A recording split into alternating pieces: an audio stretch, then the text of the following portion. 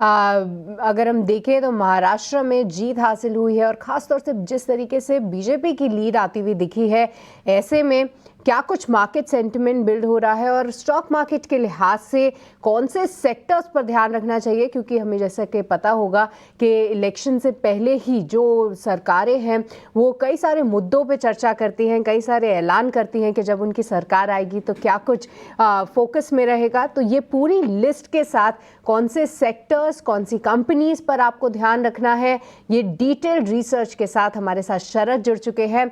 आइए उनके पास चलते हैं ये जानने के लिए कि क्या कुछ वादे किए गए थे और उसको लेकर कौन से सेक्टर्स पर ध्यान रखें। शरद जी बिल्कुल, महाराष्ट्र की इलेक्शंस की जो रिजल्ट्स आ गए हैं और यहाँ पे एनडीए लेड महायुति ने जो है ओवरऑल अच्छी विक्ट्री जो है कायम की है। याद रखिए स्टेटस को रहेगा, जो पॉलिसीज़ मेंटेन हो रहे हैं, एनालिस्ट का मानना है कि वो मेंटेन रख सकते हैं। स्पेशली कैपेक्स को लेके जो है एक बुलिश नज़रिया बन रहा है, जॉब क्रिएशन को लेके और एग्रीकल्चर सेगमेंट को लेके भी जो है उनके मैनिफेस्टो में जो है बहुत बड़ी बातें कही गई हैं। तो ऑफकोर्स इस पे जो है अगले 100 दिन पे जो है महाराष्ट्र के विजन का प्रोग्राम के भी अनाउंसमेंट्स आ सकते हैं। लेकिन कुछ सेक्टर्स है, कुछ स्टॉक्स है जिन पे आपको नज़र रखनी चाहिए कि यहाँ पे डायरेक्ट इम्पैक्ट देखने मिल सकता है। सबसे पहले इंफ्रा को लेके बात करेंगे और यहाँ पे अगर मिड कैप स्टॉक्स की बात करें इंफ्रा को, तो PNC infra, HG infra, Ashoka Buildcon, IRB infra, JK infra, इन सारे कंपनीज़ पे जो है आज ज़्यादा नज़र होनी चाहिए कि इन स्टॉक्स में आज मोमेंटम देखने मिल सकता है। ऑफकोर्स जो बड़े इंफ्रा कंपनीज़ हैं एल&टी, इन पे भी नज़र रहेगी।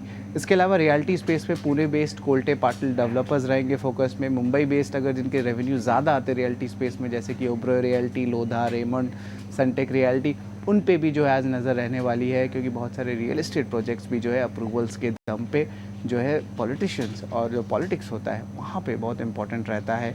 एनर्जी की बात करें तो लार्जर प्लेयर्स टाटा पावर और अदानी पावर जैसे स्टॉक्स भी जो है नज़र में रहेंगे। और ऑटो सेगमेंट की भी बात कर लेते हैं, क्योंकि पुणे साइड में जो है एक बहुत बड़ा ऑटो का क्लस्टर है। तो स्मॉलर नेम्स में बात करें तो Force Motors, Balkrishna Industries, Varroc engineering, जो एंसिलरीज है उन पे भी नज़र रखेंगे। लेकिन एग्रीकल्चर ये बहुत इंपॉर्टेंट बात है और इसमें जो है स्पेशली सोलर पंप्स को लेके जो है बड़ा बुलिश नज़रिया जो है मैनिफेस्टो में दिया गया है। वहाँ पे शक्ति पंप्स पे नज़र रखिएगा।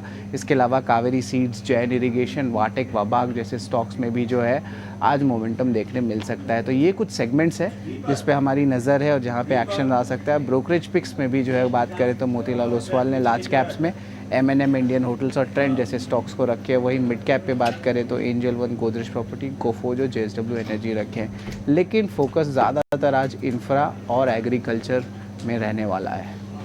ऑलराइट, बहुत बहुत शुक्रिया शरद, ये पूरी लिस्ट के लिए। हमें आपने बताया ही कि कौन से सेक्टर्स पर ध्यान रखना है, खास तौर से इंफ्रा, रियल एस्टेट जिसमें एक प्ले आ जाएगा और साथ ही साथ एग्री रिलेटेड थीम्स में ज़रूर आज फोकस रखें। तो ये सारे काउंटर्स पर रहेगी नज़र। पर जो भी अभी तक रिपोर्ट सामने आई हैं उनमें ये भी बोला जा रहा है कि इस जीत के बाद अब ये चीज़ भी आपको ध्यान में रखनी है कि शायद सेकेंड हाफ में जो सरकार किस तरीके से केपेक्स कर रही थी शायद उसमें भी अब तेज़ी आने लगे। तो खास तौर से जितने भी PSU स्टॉक्स है, क्योंकि वहां पर भारी पिटाई हमने होती हुई देखी है, तो क्या अब मौका है कि फिर से कुछ आपको सिलेक्ट PSUs भर लेने हैं?